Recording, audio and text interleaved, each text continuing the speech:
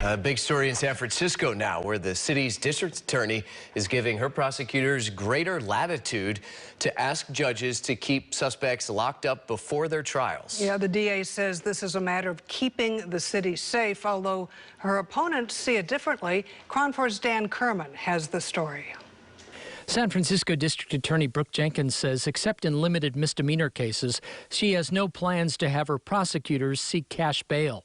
The disproportionate impacts that cash bail had on mainly communities of color. It's people who are socioeconomically disadvantaged, of course, which oftentimes correlates with communities of color. And that's something that I did not want to ever reinstate for that reason. But Jenkins is modifying the office's policies when it comes to asking judges to detain defendants without bail prior to trial.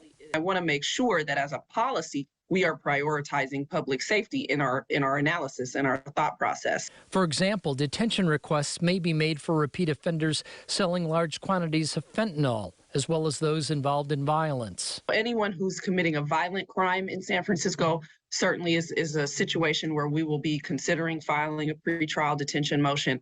Like I said, people who have been given less restrictive opportunities to be out in the public while their cases are pending, but who have continued to violate those opportunities are people who we will have to conduct that analysis with.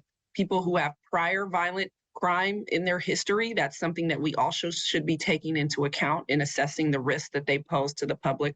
Jenkins' predecessor, Chesa Boudin, also instituted a risk-based process for requesting no bail detention. But Jenkins said the analysis was flawed, putting too many chronic and violent offenders back on the street pending trial. The prior administration simply had a focus on eliminating cash bail, but not making lawyers conduct the analysis correctly on whether or not someone posed a public safety risk, such that we needed to take a different course with that person. But in a statement, San Francisco's public defender says Jenkins' characterization of this new policy as limited is disingenuous, as the stated policy is both broad and vague. Already, we have a number of misdemeanor attorneys who each have a handful of cases where the prosecutor has sought pretrial detention.